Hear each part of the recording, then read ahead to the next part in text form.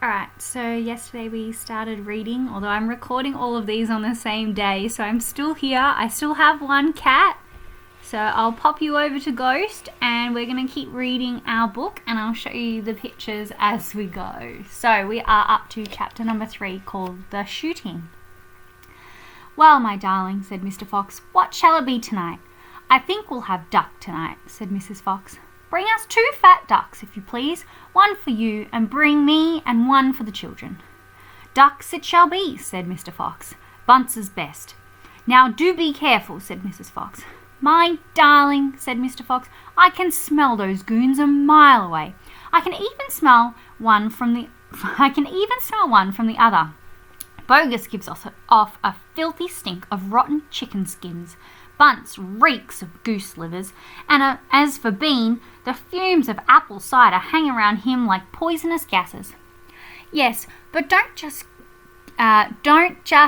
get careless, said Mrs. Fox. You know they'll be waiting for you, all 3 of them. Don't you worry about me, said Mr. Fox. I'll see you later. But Mr. Fox would not have been quite so cocky had he known exactly where the 3 farmers were waiting at the moment.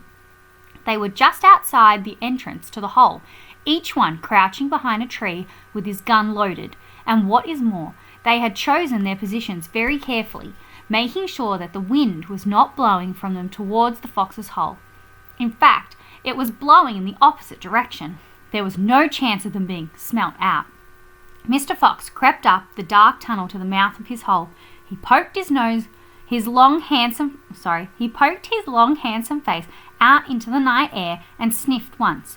He moved an inch or 2 forward and stopped. He sniffed again. He was always especially careful when coming out from his hole.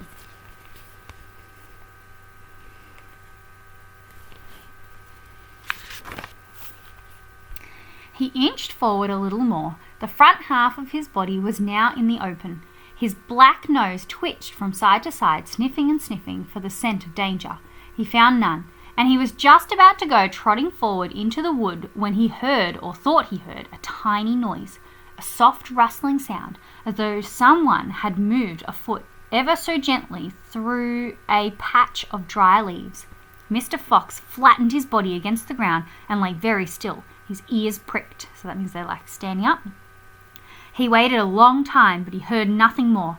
It must have been a field mouse, he told himself, or some other small animal. He crept a little further out of the hole, then further still. He was almost right out in the open now. He took a last careful look around. The wood was murky and very still. Somewhere in the sky the moon was shining.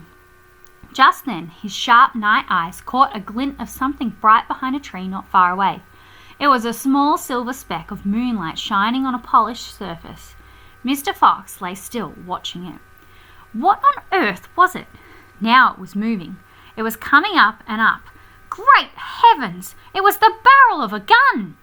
Quick as a whip, Mr. Fox jumped back into his hole, and at that same instant the entire wood seemed to explode around him. Bang, bang, bang, bang, bang, bang! The smoke from the 3 guns floated upwards into the night air. Bogus and Bunce and Bean came out from behind their trees and walked towards the hole. "Did we get him?" said Bean. One of them shone a flashlight on the hole, and there on the ground, in the circle of light, half in and half out of the hole, lay the poor, tattered, blood-stained remains of a fox tail. Bean picked it up. "We got the tail, but we missed the fox," he said, tossing the thing away. Oh no, he's lost his tail.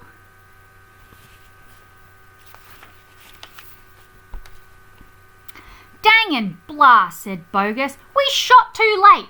We should have let fly the moment he poked his head out." "He won't be poking it out again in a hurry," Bunce said. Bean pulled a flask from his pocket and took a swig of cider.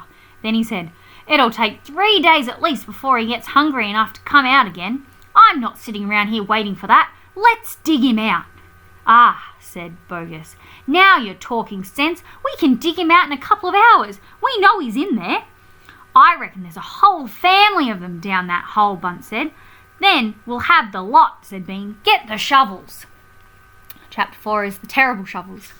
Down the hole Mr. Fox was tenderly licking the stump of Mr. Fox's tail to stop the bleeding.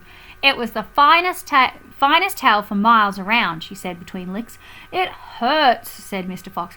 I know it does, sweetheart, but it'll soon get better. And it will soon grow again, Dad, said one of the small foxes. It will never grow again, said Mr. Fox. I shall be tailless for the rest of my life. He looked very glum. There he is.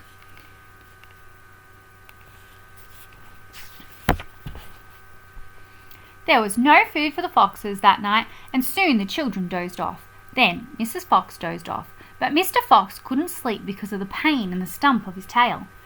Well, he thought, I suppose I'm lucky to be alive at all, and now they've found our hole, we're going to have to move out as soon as possible. We'll never get any peace if we... What was that? He turned his head sharply and listened. The noise he heard now was the most frightening noise a fox can ever hear. The scraping of shovels digging into the soil. Wake up, he shouted. They're digging us out. Mrs. Fox was wide awake in 1 second. She sat up, quivering all over. Are you sure that's it? She whispered. I'm positive. Listen. They'll kill my children, cried Mrs. Fox. Never, said Mr. Fox. But darling, they will, sobbed Mrs. Fox. You know they will. Scrunch, scrunch, scrunch went the shovels above their heads. Small stones and bits of earth began falling from the roof of the tunnel. How will they kill us, Mummy? Asked one of the small foxes. His round black eyes were huge with fright. Will there be dogs? He said. Mrs. Fox began to cry. She gathered her 4 children close to her and held them tight. Suddenly, there was an especially loud crunch above their heads, and the sharp end of a shovel came right through the ceiling. The sight of this awful thing seemed to have an electric effect upon Mr. Fox. I'll go back, there's them with digging. Oh no! He jumped up and shouted, I've got it! Come on! There's not a moment to lose. Why didn't I think of it before? Think of what, Dad? A fox can dig quicker than a man, shouted Mr. Fox, beginning to dig. Nobody in the world can dig as quick as a fox. The soil began to fly out furiously behind Mr. Fox as he started to dig for dear life with his front feet. Mrs. Fox ran forward to help him. So did the 4 children. Go downwards, ordered Mr. Fox. We've got to go deep as we possibly can. The tunnel began to grow longer and longer. It sloped steeply downward. Deeper and deeper below the surface of the ground it went. The mother and the father and all 4 of the children were digging together. Their front legs were moving so fast you couldn't see them. And gradually, the scrunching and scraping of the shovels became fainter and fainter. After about an hour, Mr. Fox stopped digging. Hold it, he said. They all stopped. They turned and looked back up the long tunnel they had just dug. It was quiet. Phew, said Mr. Fox. I think we've done it. They'll never get as deep as this. Well done, everyone. They all sat down, panting for breath, and Mrs. Fox said to her children, I should like you to know that if it wasn't for your father, we should all be dead by now. Your father is a fantastic fox. Mr. Fox looked at his wife, and she smiled. He loved her more than ever when she said things like that. It's really cute. All right, one more chapter. It's chapter 5, The Terrible Tractors. As the sun rose the next morning, Bogus and Bunce and Bean were still digging. They had dug a hole so deep you could have put a house into it. But they had not yet come to the end of the fox's tunnel. They were all very tired and cross. Dang and blast, said Bogus. Whose rotten idea was this? Bean's idea, said Bunce. Bogus and Bunce both stared at Bean. Bean took another swig of cider and then put the flask back into his pocket without offering it to the others. Listen, he said angrily, I want that fox. I'm going to get that fox. I'm not giving in till I've strung him up over my front porch dead as a dumpling. We can't get him by digging, that's for sure, said Fat Bogus. I've had enough of digging. Bunce, the little pot-bellied dwarf, looked up at Bean and said, Have you got any more stupid ideas then? What? Said Bean. I can't hear you. Bean never took a bath.